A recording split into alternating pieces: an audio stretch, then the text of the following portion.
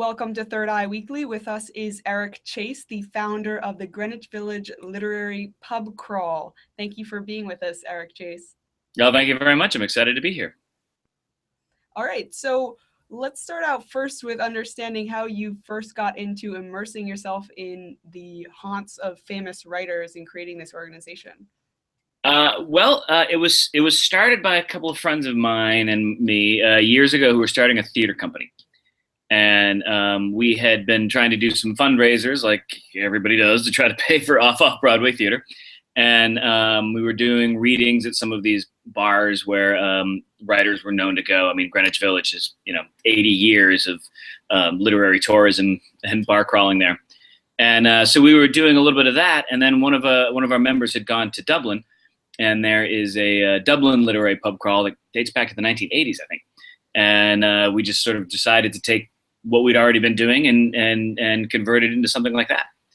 And what's interesting is now that has slowly spawned off into, there's a literary pub crawl in London, and there's one in Edinburgh now. And so there's sort of like this world conglomerate. And I think Ireland is trying to take control of being the original operations.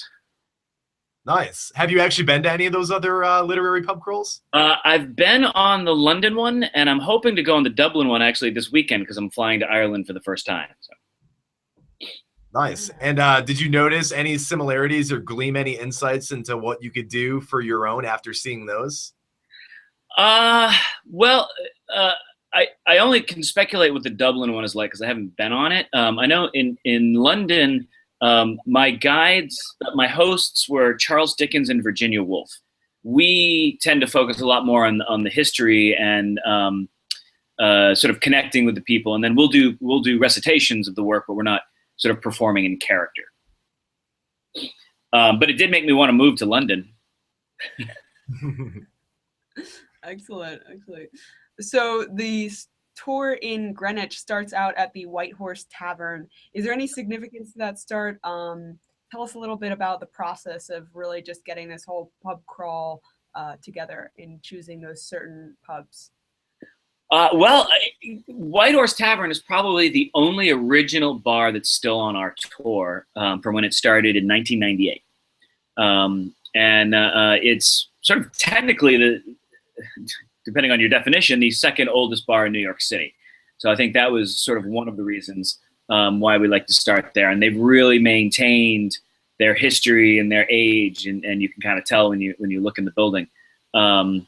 I think also just logistically, it's sort of the furthest away, so it's not a bad starting point. And then by the time we finish our tour, we're usually closer. So, we're always looking at just the logistics of, it's funny, after being a guide for this for as long as I have, like I know a lot more about the biological functions of the human body and how to time that appropriately when I'm taking people on a pub crawl, because you have to think about that.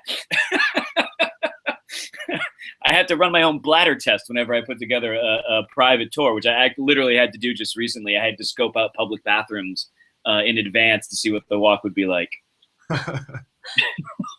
Things I never thought that I would learn, at a theater degree in college. So tell us a little bit about the tour that you have extended into Brooklyn. It starts at the Henry Street Ale House, which has a reasoning behind it as well. It does, mostly for two reasons. For three reasons. One, because it's cool. Two, because it's very quiet on a Sunday afternoon. And if you come on our tour, we'll sometimes have up to 20 or 25 people, and we'll sit there for like a half an hour or so and tell stories. So we prefer bars that are quiet, who would appreciate the business rather than trying to bring 30 people into a crowded bar where everyone's trying to watch the game.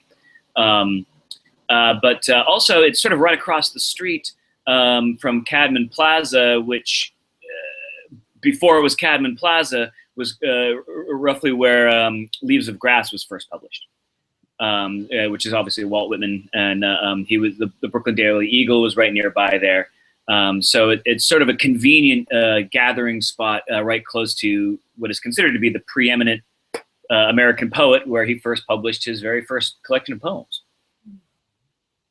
So what's your favorite part of some of these different literary pub crawls? Is it, enlightening somebody on a writer that they may not have known before, or getting to sit in a stool that Walt Whitman has sat in before? What's your favorite part? Ah, well, that's a tough answer. I mean, I think I love it when I see somebody write down an author or a book that I've just done a recitation from or that I've talked about. I know for me, the people that I've read has expanded so much because I'd heard about them doing this tour and wanted to research them and found their books and thought that they were amazing half the time. And so I like the fact that I've been exposed to new writers. And I love it when there are people who are on here who are avid readers looking for something new, and periodically we'll get emails asking for requests, or somebody will come back and say, I never thought I'd read that book before. It was amazing. So I think, in the end, it's that, and there's certain entertainment. I mean, most of the guides are all actors. There's a natural proclivity for actors to do something like that. So there's certainly that, and it's definitely cool to be sitting in a stool that Dylan Thomas may have sat on for the last night of his life, allegedly, or to see some of the buildings that were inspirations for some of the stories. Certainly in the Village, there are several spots that, like, O. Henry wrote a short story set right there. And so that is something that's really kind of fun to sort of actually see these buildings that, some of the buildings that Edgar Allan Poe was walking by that were around at that time. I mean, for a young country, that kind of stuff is really cool. Awesome. So what's your selection process like for tour guides? I'm curious. They have to want to do it. I mean, it's periodically, several of the guides came on the tour and then came up to me afterwards and said, I really want to do this. And so instinctively, that's a big selling point. I've sometimes been contacted by guides from other tours who are looking for jobs, who've never, and I kind of feel like I want them to know what we do, because we're not like a normal tour. And we usually do it in 2s or 3s, depending on people's schedules. So there's much more of like sharing, whereas a lot of guides and actors like to talk and be the center of attention. And so, I want to make sure that people understand the vibe, and it's certainly not about the money. It's about really a passion for literature and knowledge, history, and entertainment. And so I want to make sure that that's the reasoning behind it. And sometimes I'd almost rather have somebody who's a little raw, who wants to do library studies and loves researching old books. Like, that to me is more of a drive than somebody who likes to, who leads Red Bus tours and, works for several other guiding companies. Like, that's not as appealing to me. I want it to be about the literature, a little bit about the drinking. It's not really the right tour if you're sober, which I totally respect if you're making that choice. But so it's that I want people who are personable and like to have a lot of fun. And so oftentimes, not always, but often they are usually actors or have some kind of theatrical training. Although I do have 2 lawyers and 2 librarians and a massage therapist who are also involved in the process. So makes for quite a party.